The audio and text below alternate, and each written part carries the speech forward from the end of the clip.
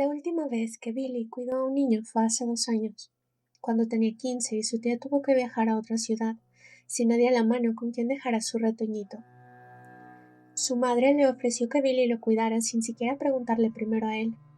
Tuvo que pasar una noche en la siniestra casa de sus tíos, asegurándose de que su primo, de 11 años en aquel entonces, no se durmiera tarde, se lavara los dientes y no fuera un idiota, como siempre.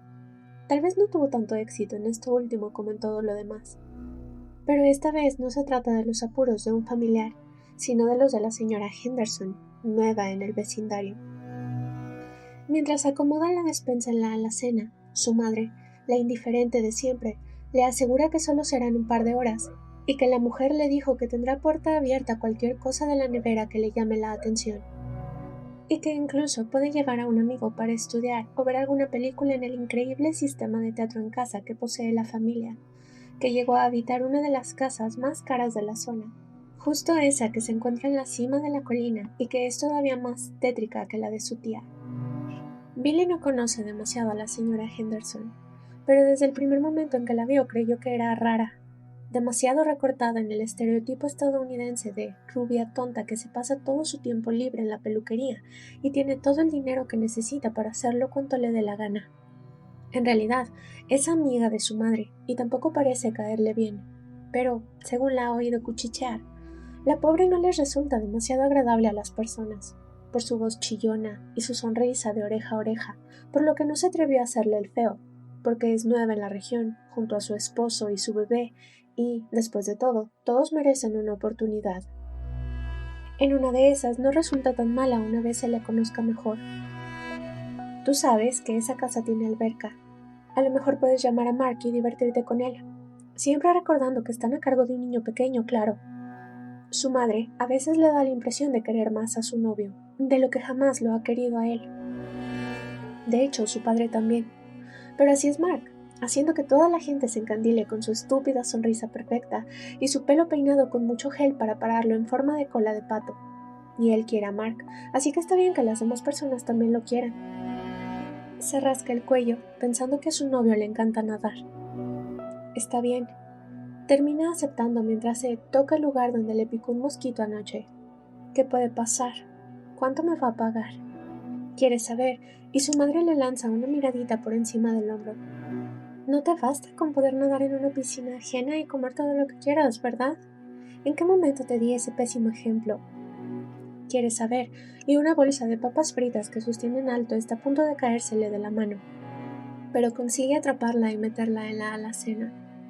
Billy se encoge de hombros. Desde que te escuché decirle a la tía Sophie que nos estábamos muriendo de hambre para que te prestara dinero y poder ir a atenderte esa fisura en el diente sin tocar los ahorros de la familia, responde, honesto, y su madre amenaza con atacarlo con una lata de frutas en conserva, por lo que sale corriendo de la cocina, riendo a carcajadas. Y sí, la casa de los Henderson, a pesar de ser grande, cara y hermosa, también es oscura y siniestra, por lo que da la impresión de que sería el escenario perfecto para una película de Stephen King. La señora Henderson, enfundada en un vestido rojo demasiado entallado que no le va del todo bien a una mujer de su edad, fácilmente podría ser 5 o 6 años mayor que su madre. Lo recibe con un beso en la mejilla que le deja la cara manchada de rojo y, con una mano pesada entre los omóplatos, lo hace pasar a una lujosa sala decorada sobriamente. Todo lo que quieras está a tu disposición, y no te preocupes. Tommy está dormido y estoy segura de que no despertará en varias horas. Solo necesito que te asegures de que todo marche bien, ¿de acuerdo? Cualquier cosa, puedes llamarme. Habla muy rápido, y Billy apenas termina de comprender todo lo que le ha dicho cuando ella está tendiéndole una tarjeta con sus datos, y el número privado de celular escrito en la parte inferior con pluma negra. Solo para fingir que le está prestando atención, mueve la cabeza de arriba abajo y observa la tarjeta, incluso dándole la vuelta. La mujer vuelve a sonreírle y le remueve el cabello con la mano antes de dar media vuelta, tomar su bolso de la mesa junto a la puerta y salir de la casa como alma que lleva el diablo.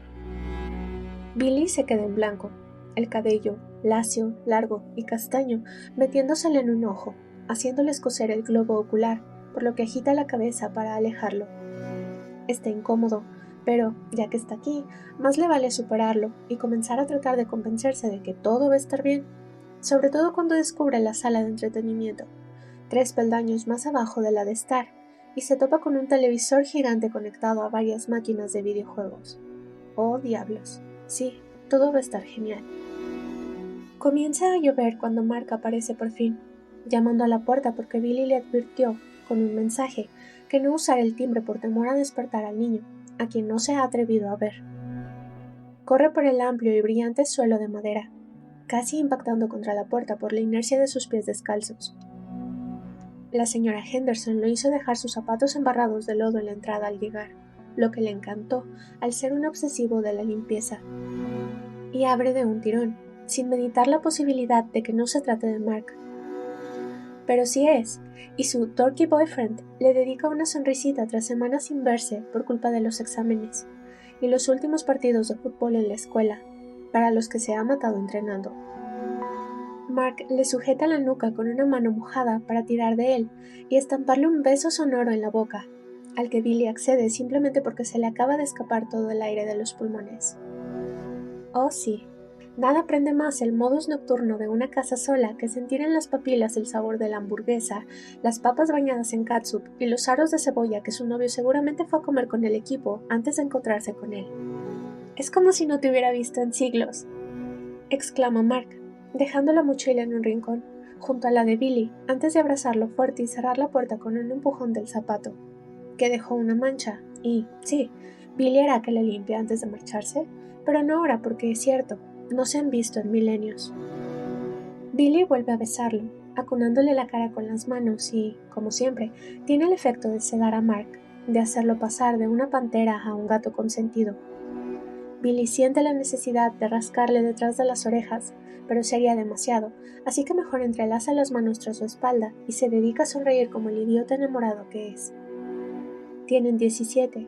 Ya habrá tiempo para perder velocidad después, pero ahora pueden ser todo lo tontos que se les dé la gana. Mark le toma la mano y lo conduce al interior de la casa. Billy recuerda tarde que debió pedirle que se quitara los zapatos, pero el suelo ya está lleno de lodo, así que de todas formas tendrán que limpiar después. ¿Qué más da? ¿Por qué aceptaste cuidar un bebé, Billy?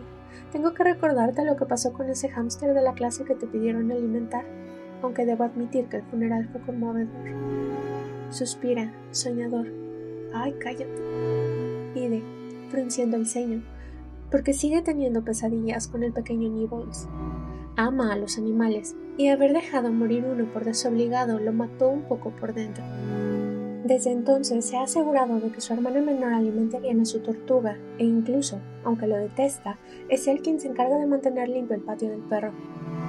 Mark le rodea los hombros con un brazo, colgando todo su peso en Billy, que apenas puede sostenerlo, y se encaminan a la sala de juegos que, en efecto, fascina a su novio, ya que el nadar un poco por la noche ha quedado fuera del plan debido a la fuerte lluvia que azota las paredes exteriores y hace eco por toda la casa.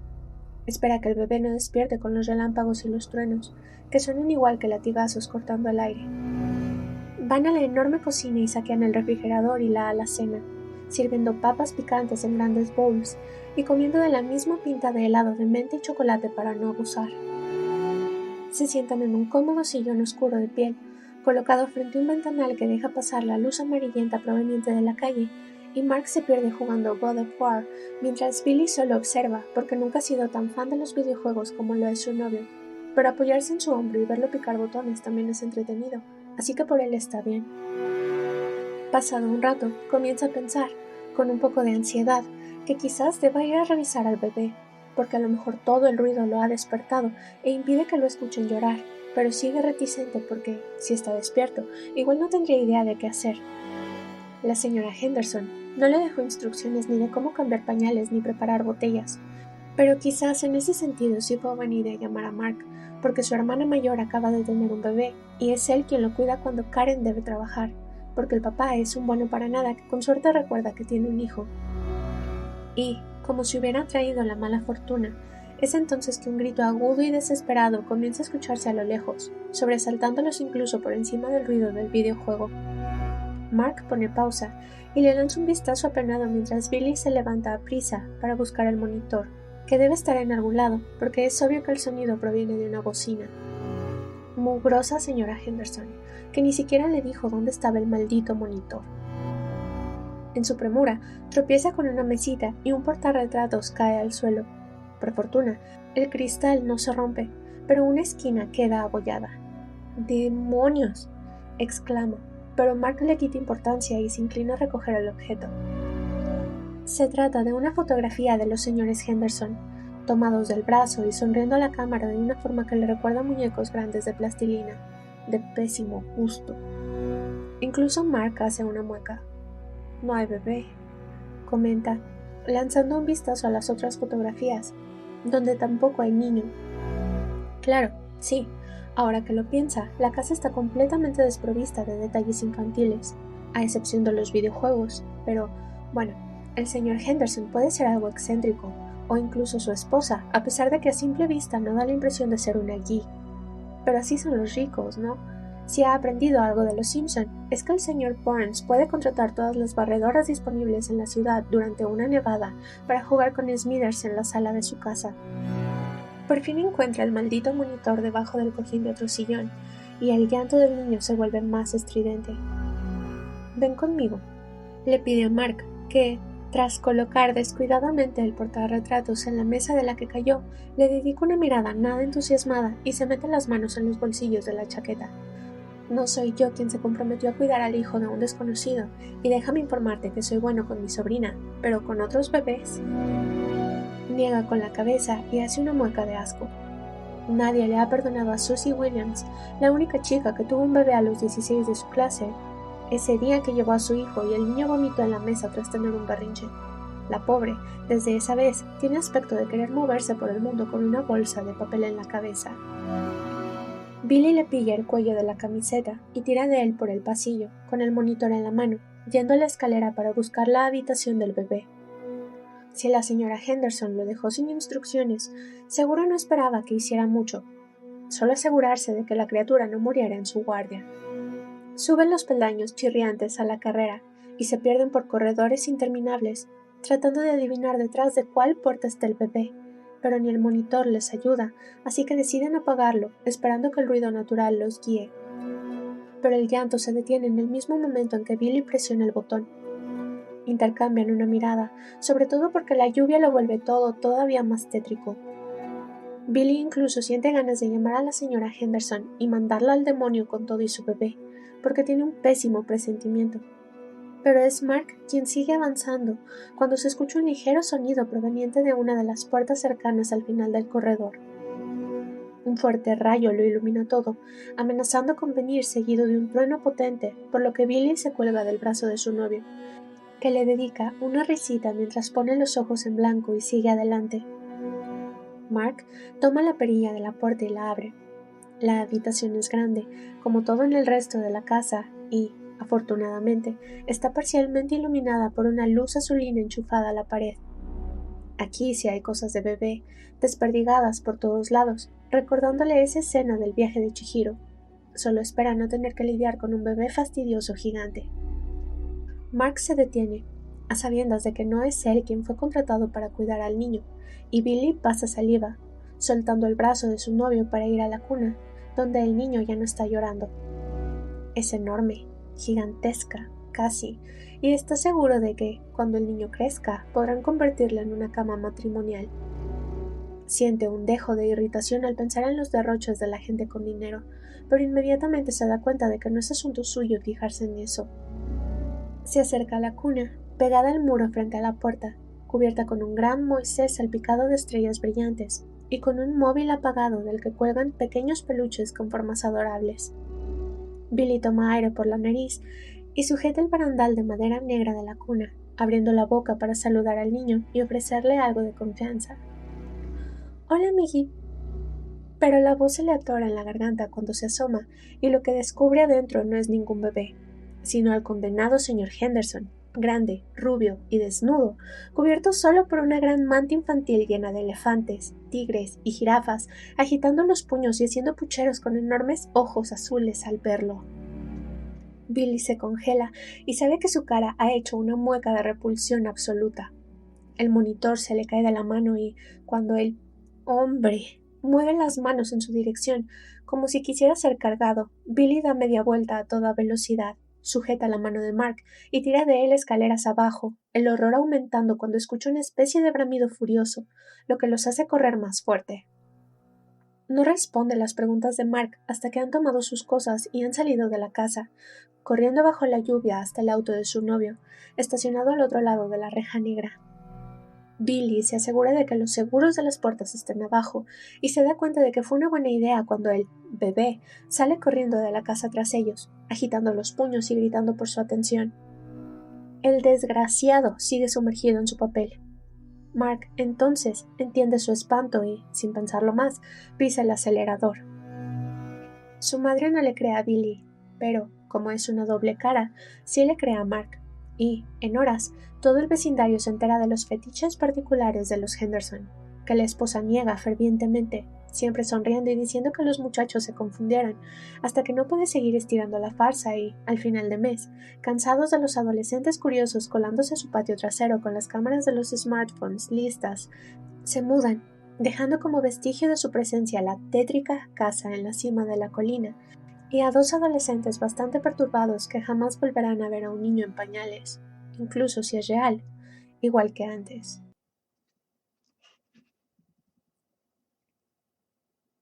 La catástrofe cae sobre ellos sin aviso una noche de tormenta, llena de truenos inusualmente potentes, explosiones nucleares desgajando el ambiente y poniendo en alerta a ciudades enteras que son incapaces de volver a la cama sin descubrir antes qué demonios es lo que está pasando, porque ni en el peor de los climas se ha visto u oído algo así.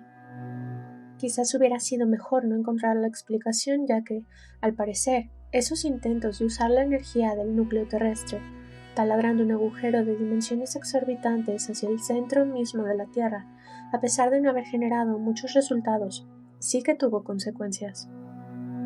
Por días, es lo único de lo que se habla en los medios de comunicación, que tratan de mantener a la audiencia tranquila, alegando que los mejores científicos del mundo, no los políticos, no la élite, las ciencias, esas que han sido las únicas capaces de darle una explicación razonable a los sucesos más extraños jamás sabidos en este planeta, están tratando de hacer algo en tiempo récord para contener lo que promete ser la ruina de la humanidad, porque las tormentas arrasadoras no se detienen, el ruido que taladra los oídos sigue ahí en todo momento, y el cielo ha comenzado a volverse de los colores más extraños. También es difícil creerles por el hecho de que las presentadoras lucen más nerviosas que nunca, a punto de arrancarse el cabello, casi, y los hombres tienen aspecto de querer ahogarse con sus corbatas, cuyos nudos no dejan de retorcer mientras pasan saliva. Comienzan a oírse rumores de que en cierto lugar oculto se ha iniciado un proyecto éxodo para que los más ricos puedan escapar primero, y dejan de ser simples habladurías cuando se ven las estelas de naves saliendo desde islas en medio de la nada. Pero las primeras dos estallan en llamas al ser alcanzadas por fuertes descargas eléctricas, y eso basta para que dejen de surgir más. El Schadenfreude está a todo lo que da, y la gente se pone cada vez más histérica, queriendo saber, manzana por manzana, pera por pera, qué demonios es lo que está ocurriendo y qué pasará con ellos. Pero los más avispados ya lo saben, y quien tiene una creencia se pone al día con ella, limpiando su alma antes del juicio final. Y, quien no, elige a un dios propio con forma de botella de alcohol, o eso que nunca se atrevió a hacer en la vida cuando aún tenía tiempo. Cuando se confirma que es un problema sin solución, los altos mandos del planeta, afortunadamente, el asno más grande entre ellos se hizo cenizas en la primera nave de evacuación que estalló, emiten comunicados admitiendo que hay planes de escape para situaciones como estas, pero desde el primer momento dejan claro que hay cupo limitado. Ya nada importa, de todas formas, por lo que muchos aceptan que el último recurso es usar las naves de salvamento ofrecidas por las autoridades para poner a los más pequeños a salvo, sin importar estatus, raza ni credo. No todos los padres podrán ir con ellos, porque, aunque están tratando de hacerlo lo más útil posible, en ese rubro sí que hay diferencias. La gente ligeramente mayor o enferma es rechazada de inmediato. lo que implica colocar a los niños en manos de tripulaciones apenas salidas de las academias, esperando que los lleven a un nuevo y mejor destino, donde podrán empezar otra vez, si todo va bien, y hacer valer cada uno de sus días. Como se sospechó por décadas, las organizaciones mundiales encargadas de la exploración espacial hace mucho ubicaron los posibles planetas aptos para la vida humana, y 2 de ellos son los destinos para las múltiples naves gigantescas que comienzan a arribar a los aeropuertos y las grandes explanadas. Esperando que su tamaño sirva para que resistan los ataques del planeta, a diferencia de esas privadas, que se despedazaron en una especie de cruel ironía o inesperada justicia divina. Pero ella no está dispuesta a perder a su bebé todavía, porque han tenido poco tiempo juntos, y lo ama demasiado para poner su futuro en manos de un desconocido, que quién sabe si sabría criarlo, amarlo y sacar de él todo su potencial. Así que, no. Se maldice 1.000.000 de veces, como muchas otras ocasiones antes, por ser una mujer débil, frágil, que estuvo a punto de perder la vida incluso al parir, motivo por el que, a pesar de ser joven, no podrá acompañar a su bebé, porque estaría ocupando el puesto de alguien más fuerte, que podría servir más a la causa. Y lo entiende, en serio. Toda su vida ha sido consciente de sus limitaciones y las lleva a cuestas como una cruz, pero le duele porque se esforzó mucho para tener un hijo, y venir a perderlo de esta manera es... Cuando empieza la convocatoria, no entrega a su bebé a las arcas y se oculta con él en el sótano de su casa, esperando, sintiendo los temblores de la tierra a su alrededor, escuchando los bramidos, tanto como si fueran los de ella. Una madre agonizante tratando de proteger a sus retoños. Se siente terrible, pero, a la vez, segura, acurrucada en un rincón con su hijo. Débil, es consciente de que es débil, pero, por más que rechine los dientes, no hay nada que pueda hacer para cambiarlo. Le habla al niño y lo arrulla, tratando de transmitirle por medio de sus palabras todo lo que no ha tenido la oportunidad de conocer, de hacerle saber en segundos lo que uno solo puede vivir en décadas. Él ni siquiera ha tenido la oportunidad de cumplir 1 año. Rompe en llanto, besándole la frente y diciéndole lo mucho que lo ama, dejándose arrastrar por la imaginación a todo lo que el niño podría hacer si fuera valiente y pudiera soltarlo, pero sabe que es incapaz, que toda su vida ha dependido de la cercanía de otros y de que tuvo a este niño precisamente para que le acompañara en los peores momentos. Incluso se sometió a pasar por el terrible proceso de la fertilización artificial con este único propósito, y no es justo que una calamidad tan grande venga a arruinar las cosas para ella. Sigue dejando su mente volar. Su niño, en otro mundo, jugaría, aprendería, crecería y tendría una vida lejos de este planeta caliente y castigado que está a punto de llegar a su fin. Seguro se convertiría en un hombre brillante, como siempre lo ha soñado, aunque en el fondo sabe que una mujer como ella le chuparía el alma y lo convertiría en una persona amargada y sometida a sus necesidades. En el otro planeta podría ser libre de esa clase de cadenas, que ella jamás conseguiría quitarle de encima por su cuenta, porque se rindió consigo misma hace mucho. El arrepentimiento es lo peor que viene a ella en el último segundo, y las piernas le tiemblan al tratar de ponerse de pie para corregir el terrible pecado egoísta que cometió. Al principio, cree que es solo ella la que se sacude, pero no es así.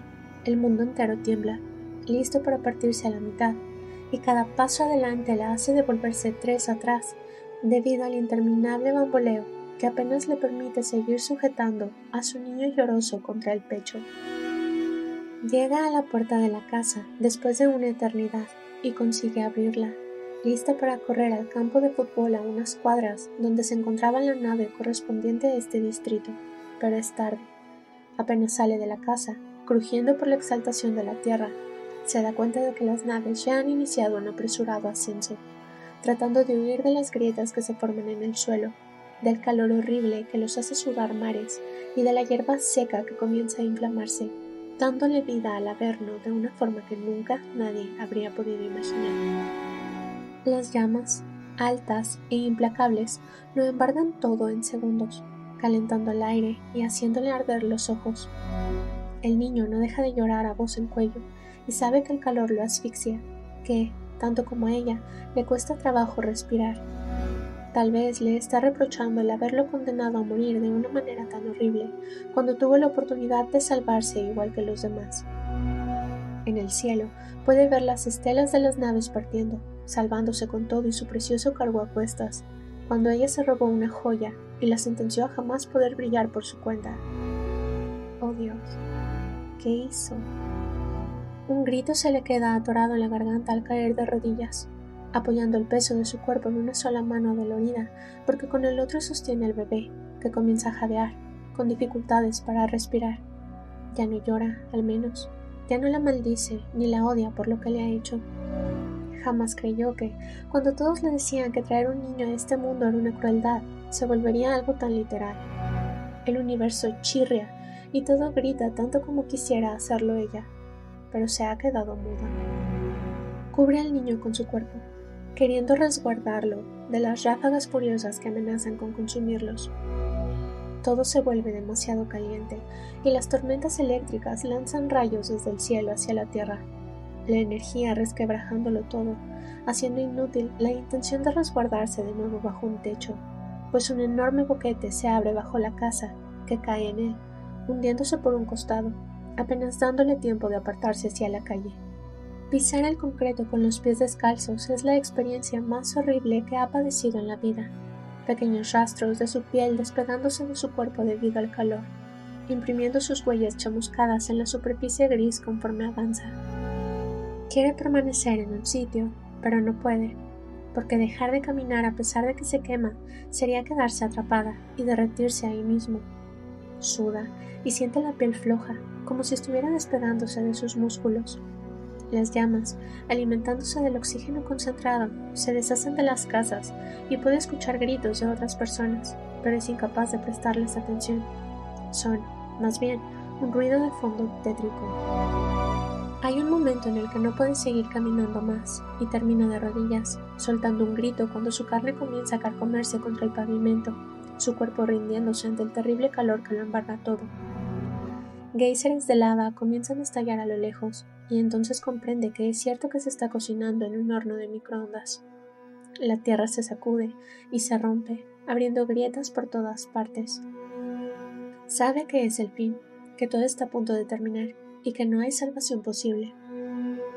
Quiere ver el rostro de su bebé, silencioso ahora, una última vez, así que le quita la manta de la cara y la imagen con la que se encuentra la destruye por completo, puesto que la carita de su niño se ha derretido gracias al calor, cachos de piel despegándose de su frente, nariz y mejillas. No es su intención, pero lo suelta, arrojándolo lejos y sintiendo el vello de todo el cuerpo erizado de horror.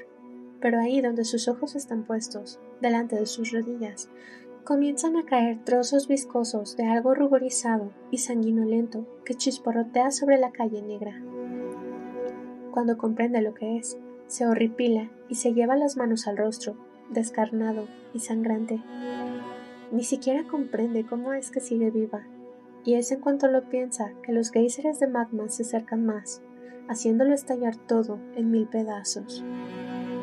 La vista de la Tierra desde las naves espaciales que apenas consiguieron escapar es espantosa, porque la canica azul que antes maravillaba a todos ha llegado a su límite, viéndose desde el espacio como un mar rojo y violento, lleno de cráteres llameantes que parecen alcanzar la atmósfera misma. Los adultos, nuevas autoridades en medio de los sobrevivientes, no permiten que los niños observen por los miradores, y, en secreto, ni ellos mismos quieren ser testigos de lo que está a punto de pasar con su antiguo hogar.